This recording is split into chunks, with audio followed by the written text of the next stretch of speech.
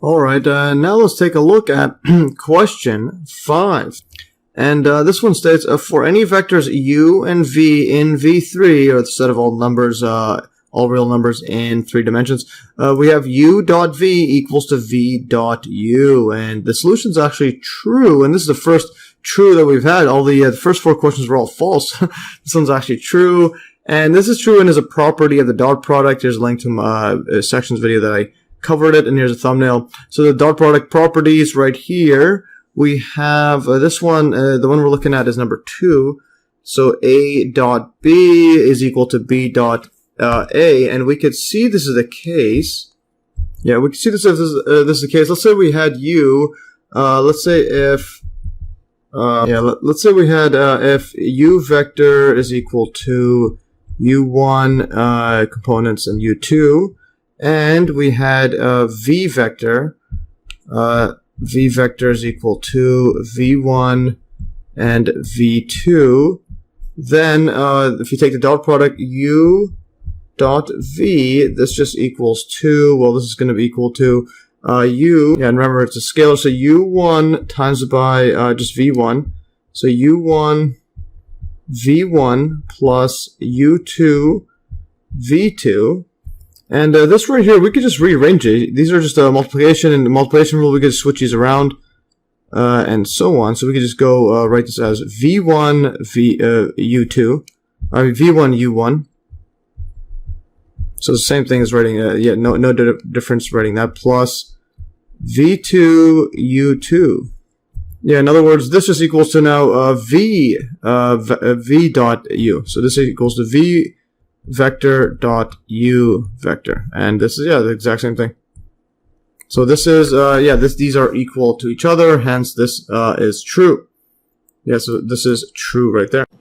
Alright, so now let's take a look at question 6, and this one states, for any vectors u and v in v3, or the set of all real numbers, or the set of all points in 3D, we have this, so we're given this statement, u cross v equals to v cross u. So basically cross product, if you reverse the terms, they're saying it's equal.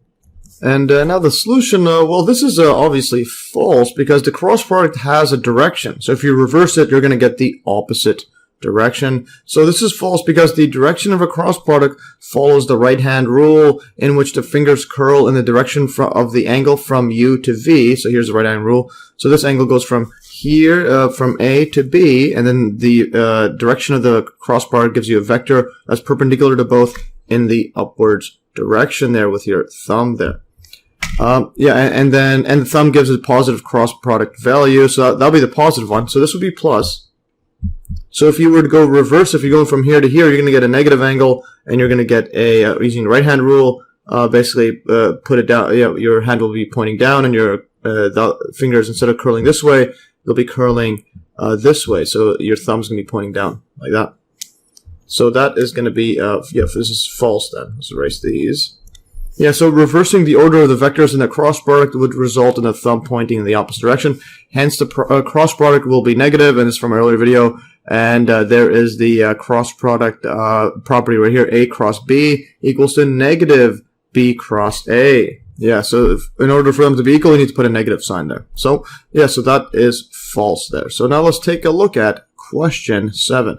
This one we're asked, for any vectors u and v in v3, so the set of all real numbers, or a set of all points in 3 dimensions, we're given, now we have the magnitude, or the length of the cross product u cross v is equal to the magnitude, or the length of the cross product v cross u. So now we reverse this, and then and just take the absolute value signs, or just the magnitude of them. And this is actually true, because we know this is the negative of it. So in other words, it's the same length, but it's just different direction. So if you're taking just a length and magnitude, then those are equal. So this is true, since reversing the vectors in the cross product just gives a negative value, but the magnitude is the same. Yeah, and we could basically write this out. So if we have u, we know that u vector cross v is equals to the negative of v cross u, like that. Yeah, so basically we have this equals to the negative of each other, so then it's equivalent to saying absolute value sign, or the actual length of it. It's just the same length but negative side on there. So basically we're going to have u cross v is going to equal to, well, the magnitude is the exact same as this one. Just the direction is different.